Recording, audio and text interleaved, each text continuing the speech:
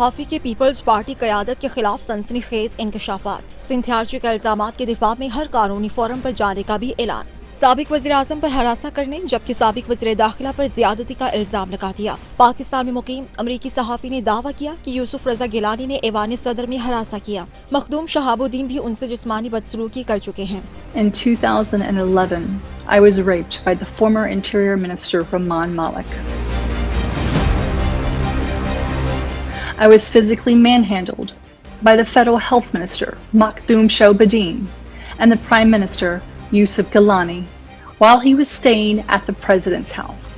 ये वाक़या ministers enclave में वज़ीर दाखिला के घर में पेश आया। इस वाक़े के बारे में अमरीकी सफारतखाने को बताया लेकिन कोई मुनासिब जवाब ना मिला।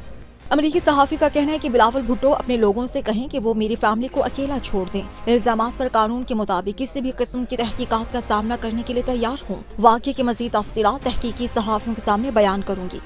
I will be happy to go into more detail with the appropriate, neutral, investigative journalists. I have already shared this story with a handful of people whom I trust. सिंथियार्ची ने वाज़ेह किया कि वाक़या बताने का मकसद रेप का निशाना बनने वाले लड़के लड़कियों की हौसला अफजाई करना है ताकि वो ऐसी कोई हरकत बर्दाश्त ना करें और अपने लिए इंसाफ हासिल कर सकें।